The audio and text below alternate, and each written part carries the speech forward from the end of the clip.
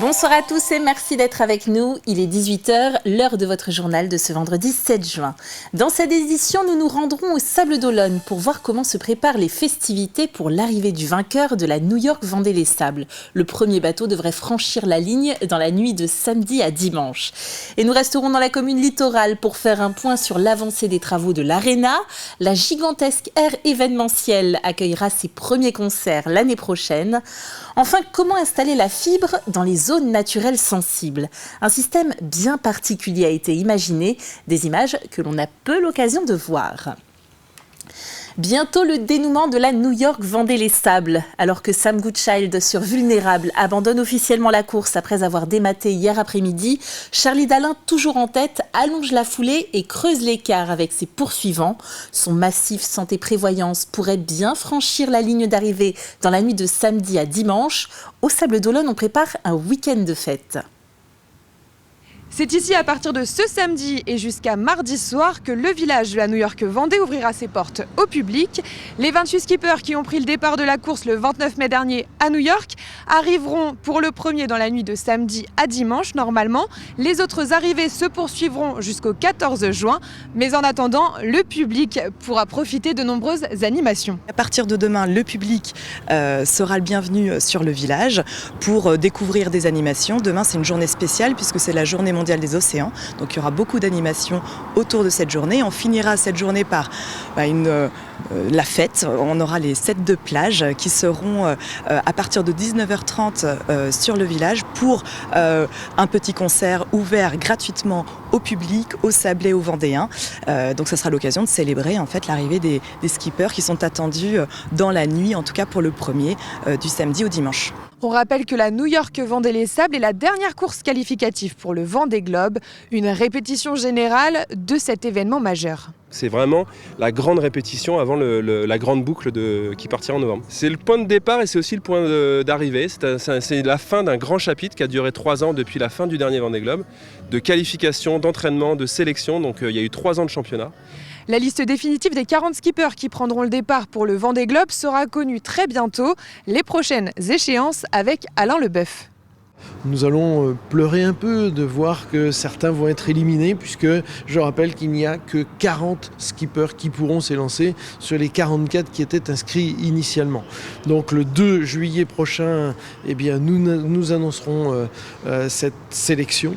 Et puis nous allons continuer à nous activer pour préparer l'ouverture du village ici au Sables d'Olonne à partir du mois d'octobre. Et pendant 3 semaines, nous allons vibrer. Et je veux vraiment en faire une fête populaire comme c'était déjà le cas.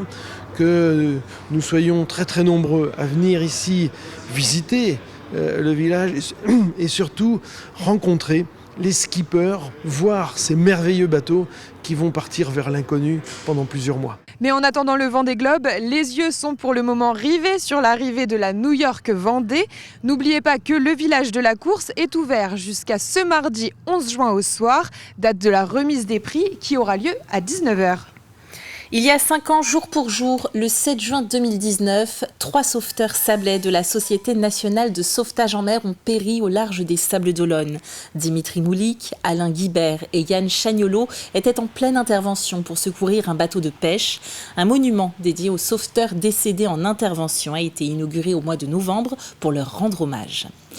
On reste au Sables d'Olonne. Il y a 1 an, la première pierre de l'Arena, aire événementielle de la ville, était officiellement posée. D'une superficie de 16 000 m², située en entrée de ville, à proximité du centre hospitalier, le chantier devrait durer 3 ans pour se terminer en juin 2026. Mais les premiers concerts sont prévus fin juin, début juillet 2025 pour l'Arena Forum. Dans 1 an, il y aura ici derrière moi un grand parking de 800 places, un gradinage qui permet d'accueillir 2500 places et une grande dalle de verdure scénique qui pourra accueillir des concerts. Il y a un théâtre de verdure extérieure d'une capacité de 3500 personnes. Il y a une salle culturelle distincte de la salle sportive. Et puis il y a autour des parkings silos avec 1400 places à venir entre 2025 et 2026. Et cette aire événementielle extérieure de 20 000 places permanentes.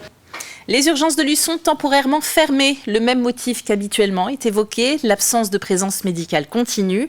Cette fermeture est effective dès à présent et ce jusqu'à ce samedi 8h30.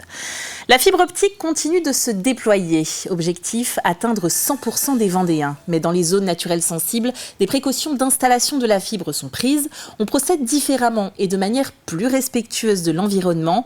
C'est le cas dans certaines zones des marais poitevins et bretons vendéens. Démonstration de Grégoire de Châtillon. Ici, à Nallier, commune du Marais poitevin, on installe la fibre optique sur 7,5 km de longueur. C'est un chantier de génie civil qui utilise une méthode innovante d'enfouissement de réseau, la méthode GreenPose. On a réfléchi depuis un certain temps à savoir comment on pouvait baisser les coûts d'enfouissement des réseaux pour les rendre résilients et décarboner aussi le réseau, puisque aujourd'hui les méthodes traditionnelles font qu'on évacue des déblais qui sont encore bons et on remet à l'intérieur du béton qui est très émetteur de CO2. Donc on a réfléchi, on est parti sur le principe du traitement de sol et cette machine traite le sol en avançant et en déposant les tuyaux. Elle a 4 fonctions, donc elle creuse la tranchée, elle traite les matériaux qu'elle évacue, elle déroule les tubes au fond de la tranchée et elle remet les matériaux traités sur les tubes. Ces tubes, ce sont les fourreaux qui accueilleront la fibre optique.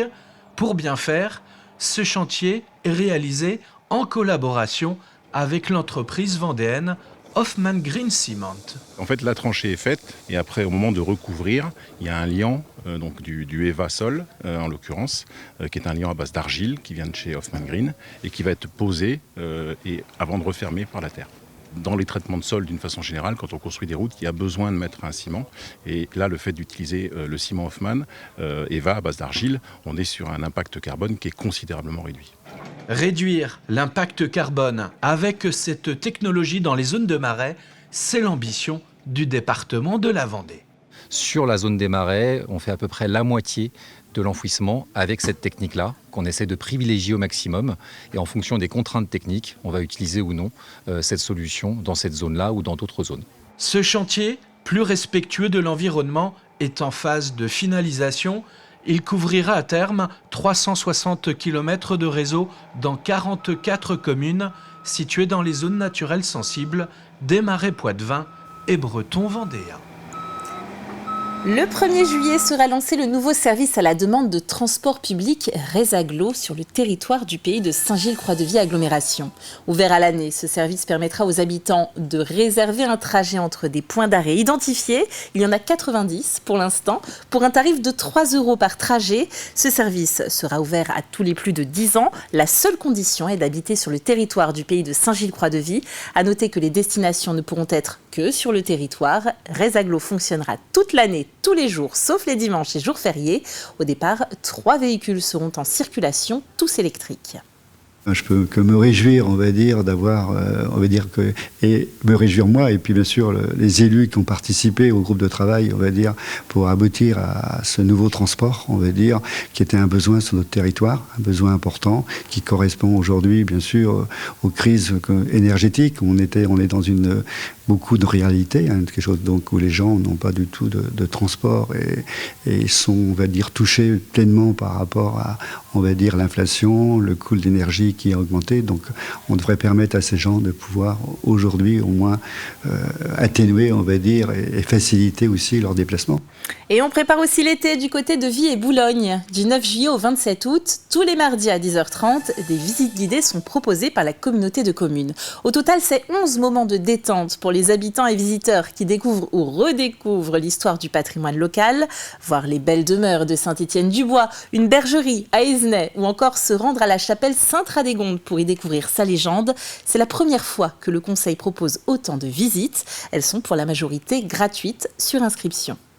Et aujourd'hui, on déploie sur une majorité de nos communes des balades comptées pour présenter aux visiteurs du jour notre patrimoine, qu'il soit bâti ou notre patrimoine naturel. L'idée, c'est de voir son environnement avec un autre regard que celui du quotidien, de prendre le temps de regarder, d'observer, de regarder la nature, comment les constructions se sont posées dans cette nature et de pouvoir prendre le temps de faire les choses. Allez, il fait beau, allons un petit peu en extérieur. La 14e édition de Jardin Art se tient ce week-end à La Roche-sur-Yon. Le principe, je vous le rappelle, est de se promener de jardin en jardin pour y découvrir des artistes. Cette année, on trouve une majorité de jardins de particuliers, une occasion unique de découvrir ces jardins secrets. Le circuit se fait aisément à pied et vous allez le voir, il faut être ouvert aux surprises. Il y a 21 lieux. Encore plus d'artistes, puisque dans certains jardins, il y en aura 2.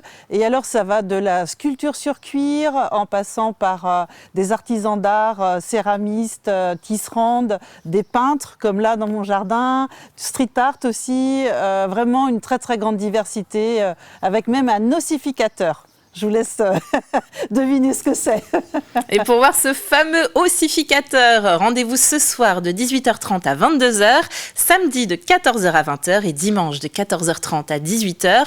Le plan des jardins est disponible à la maison de quartier Pont-Morino et bien sûr dans les jardins du festival. C'est la fin de cette édition, la dernière en ce qui me concerne, puisque je quitte votre beau département de la Vendée pour voler vers d'autres horizons. Je remercie toute l'équipe de TV Vendée pour ces 2 années passées en votre compagnie. Et vous, bien sûr, chers téléspectateurs, merci pour votre soutien avec une mention spéciale pour mes supporters bretons. Et on se quitte, je l'espère, avec des images du Vendée Globe. Les images qui nous arrivent en toute dernière minute. Profitons-en, prenons-en plein les yeux et à bientôt sur TV Vendée.